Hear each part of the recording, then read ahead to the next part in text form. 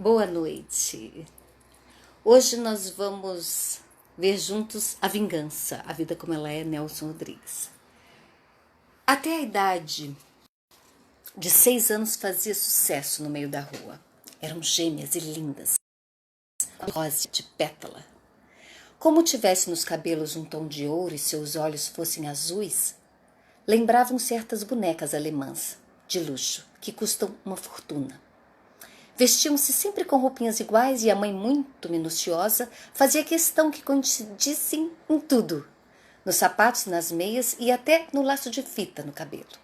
E dormiam na mesma cama, tomavam banho juntas, eram agarradíssimas. A mãe fazia natural torcida. Deus queira que seja sempre assim. Mas aos 5 anos houve uma fatalidade que não estava nem podia estar nos cálculos de ninguém.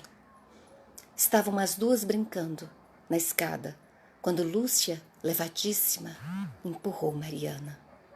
E a outra virou uma cambalhota no ar, tornou-se quase alada e subitamente caiu, rolando um a um os 20 e tantos degraus da escada antiga.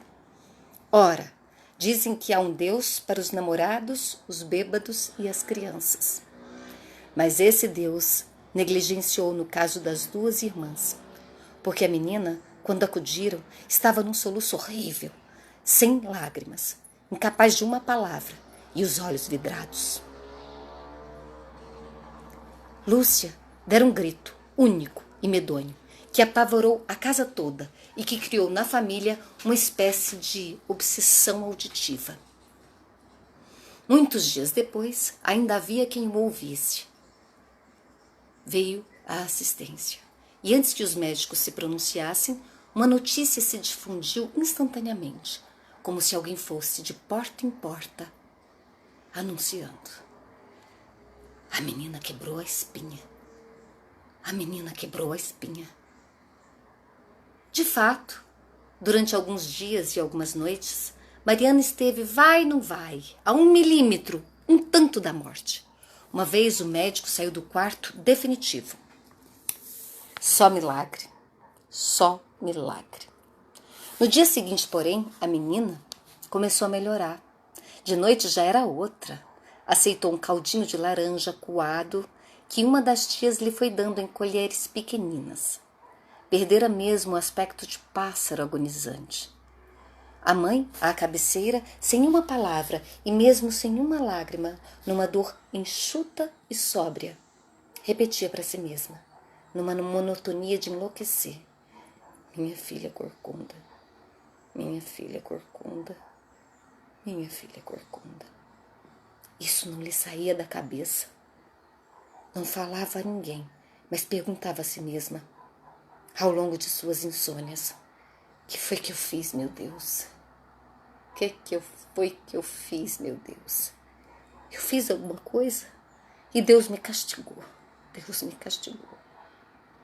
Então ocorreu-lhe que no 3º mês de gravidez das gêmeas, e quando ainda não se percebia nada do seu estado, deixara-se beijar por um homem que não era o seu marido. Fora apenas um beijo e nada mais. Apenas uma fraqueza de momento, apenas uma leviandade sem outras consequências. Todavia, desesperada, e não tendo culpas maiores, via a desgraça da filha como uma consequência do beijo amaldiçoado. A menina estaria espiando a culpa materna. Depois Mariana veio para casa, fora de perigo, com o defeito que a acompanharia para sempre. Lúcia a recebeu com outros olhos, como se a outra não fosse a mesma, como se fosse outra menina, como se a verdadeira gêmea estivesse morta.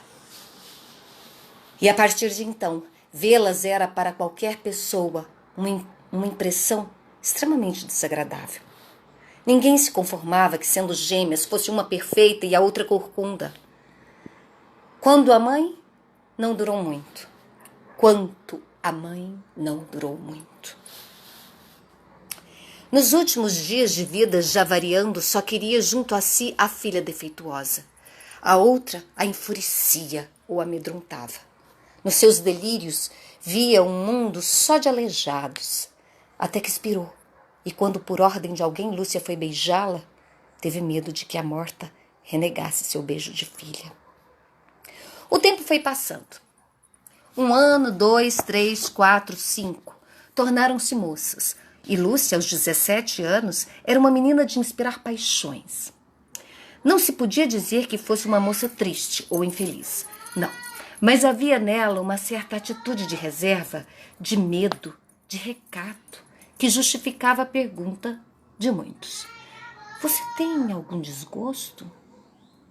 E tinha realmente. Tinha medo. Não sabia de quem ou de quê, mas um medo contínuo, incessante, uma espécie de presságio. De noite rezava, para espantar de sua vida, de sua alma, o perigo, a ameaça que julgava pressentir. Não sabia onde, quem sabe se no ar que respirava. A irmã que andava sempre de escuro, que não sorria nunca, que quase não falava, a repreendia. Que mania, que mania. Ela, arrepiada, admitia. Eu ando muito nervosa, muito, muito. Apareciam sempre juntas, porque Mariana impunha. Não sai sozinha, não, senhora. Eu vou também, hora essa. Lúcia tinha-lhe respeito, ou mais do que isso, medo. Submetia-se à sua autoridade, cada vez mais implacável. Uma vez por outra, Mariana aludia ao próprio defeito de uma forma indireta. Hoje, vi uma corcunda. Se iam ao cinema, voltavam quase sempre caladas, porque os assuntos morriam entre as duas. E de repente, ela, com seu rosto inescrutável, fazia os comentários. Engraçado, quase nunca aparece um corcunda em fila de cinema. Ora, Lúcia tinha horror deste assunto. Se fosse coisa que pudesse, eliminaria de todas as conversas terrenas qualquer referência a defeitos físicos. Quando Mariana ficou em silêncio e falava pouco, Lúcia concluía: está pensando que sou culpada, que eu, naquele dia, a empurrei. Mas de uma forma ou de outra, a irmã jamais a acusara. Vamos atender ao Enzo, dar uma pausa para colocar sucrilhos para este garoto. Porque como isso aqui é uma transmissão ao vivo, não posso parar, né, gente? Vocês aguentam firme para a gente concluir essa história. Ossos do ofício. Olha! Então, vamos voltar aqui. E pelo contrário, já dissera várias vezes. Vamos voltar aqui. Ora, Lúcia tinha horror desse assunto. Se fosse coisa que pudesse, eliminaria de todas as conversas terrenas,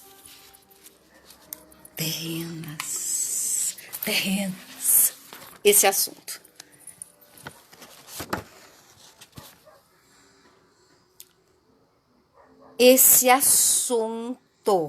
Qualquer referência a defeitos físicos.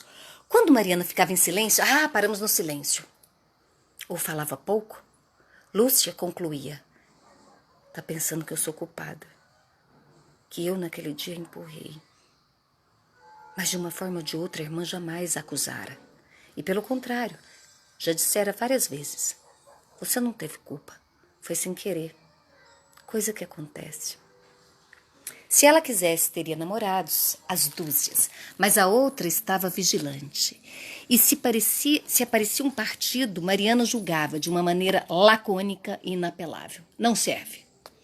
Não presta. Às vezes eram bons rapazes, de ótima família, de excelente situação financeira, mas a aleijadinha os condenava do mesmo jeito. Jamais admitira que a irmã fosse à praia, sob o argumento de maior ser 1000 vezes pior que a simples e pura nudez.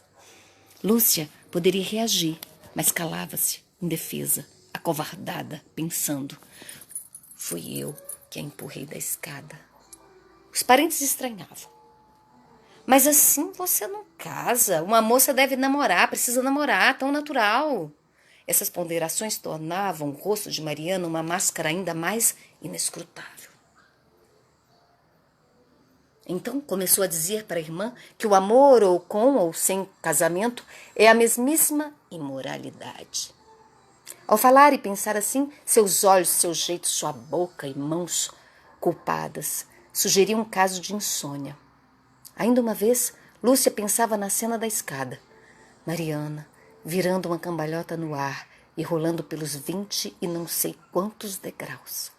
Havia em Mariana, sobretudo, um ressentimento. Todo mundo diz que você precisa namorar, mas ninguém se lembra de mim. Eu não existo? E de repente, Mariana perguntava: sabe quem é um grande partido para você? Um ótimo partido? Quem? O doutor Lorival. Assombro de Lúcia. Mas o doutor Lorival é casado. Passou. Mas Lúcia, embora não dissesse nada, estava numa impressão profunda. Pensou em todas as hipóteses, menos em duas: a maldade ou a loucura. E então, dia após dia, Mariana foi criando em torno da irmã uma contínua sugestão. Outrora fazia Lúcia repelir os melhores partidos, homens livres e nobres, ricos e bons. Agora dizia, numa excitação de doente, de fanática: ai, se eu fosse você, se eu fosse bonita como você, bem, eu aproveitava. E digo mais, o doutor Lorival é casado. Mas o que tem? Será defeito? Suspirava. Ai, um pedaço de homem. De noite no quarto, a luz apagada, com a irmã dormindo ao lado, Lúcia pensava: por que ela mudou tanto? Por que ela me diz isso? O pior é que há muito tempo, desde menina, que via passar o doutor Lorival de cabelos grisalhos e ainda bonitão, com os olhos de enamorado. Depois a admiração infantil secreta se fundira num sentimento maior, e todavia secreto. Muitas vezes dissera a si mesma: ai, se não fosse casado. E até já desejara: ai, se a mulher dele morresse. Jamais revelara a ninguém, e muito menos a Mariana, o sentimento escondido e delicioso. A outra é que com a sagacidade de doente, descobrir o segredo. Sim, não havia dúvida, Mariana era outra. Falava tão pouco antes e agora não parava. Tenaz, insidiosa, fazia um trabalho franco, ostensivo e impúdico de tentações. Você gosta, não gosta? Então não seja boba. Aproveita. E ninguém precisa saber. Um dia foi mais longe e aterrou Lúcia com a revelação. Você pensa que eu ando dormindo, ó? Ah, não, minha filha. Eu já falei com ele. Eu tô combinando tudo, tudinho. Deixa por minha conta. Mariana fizera realmente o trabalho simultâneo junto a Lúcia e ao doutor Lorival. Este quarentão, apesar de bonito, infeliz no casamento, com uma dispneia incurável que o atribulava, maravilhou-se com a possibilidade. Quando Lúcia descobrira tarde a verdade evidentíssima, a outra queria perdê-la. E não teve nenhum ressentimento, porque se lembrou novamente da cena da escada, com a irmã rolando pelos degraus e partindo a espinha embaixo. Sentia que Mariana arrastava e que lhe faltavam forças para resistir. Sem uma palavra, num horror mudo, ouvia a irmã dizer que esse negócio de fidelidade é bobagem. E que mais tarde viriam outros. Até que uma noite a irmã chegou e disse: eu vou dormir hoje na casa de fulana. Você deixa a porta aberta, só encostada. Não se esqueça. Lúcia compreendeu, é claro. Depois, quando alguém, talvez o doutor Lorival, abriu a porta, devagarinho, a 1h da manhã, antes de entrar, lá estava Lúcia. Cortar os 2 pulsos com gilete. O sangue escoara-se todo e ensopara o lençol, pingara no chão. Dr. Lorival fugiu gritando.